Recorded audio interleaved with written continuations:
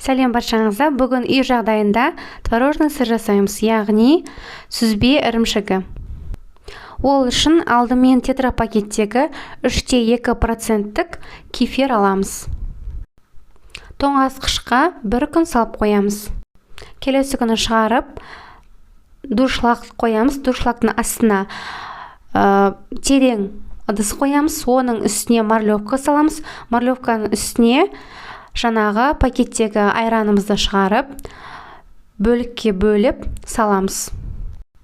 Бөлікке бөлінген және марлевканың үстінде қалған айранымыздан бөлек сары су түн ішінде бөлініп шығады және қоймалардың сұйықтық үстінде қалады. Яғни сіз морозилниктен шығарған айранды бір түнде қойып қойсаңыз, таңға дейін суы бөлініп шығады. Яғни таңертең уже сүзбеміз дайын болады. Бұл сүзбеден не жасауға болады?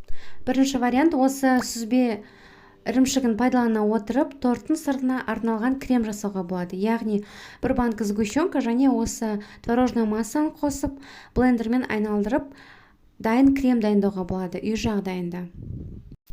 Екінші вариант, ол соус жасасаңыз болады, нанның бетіне жағылатын. Осы творожный массаға чеснок, яғни сарымсақты тазалап, жұқалап және жіңішке кубиктап турап саламыз, және укроп немесе петрушка салып, тартар соусын жасауға болады.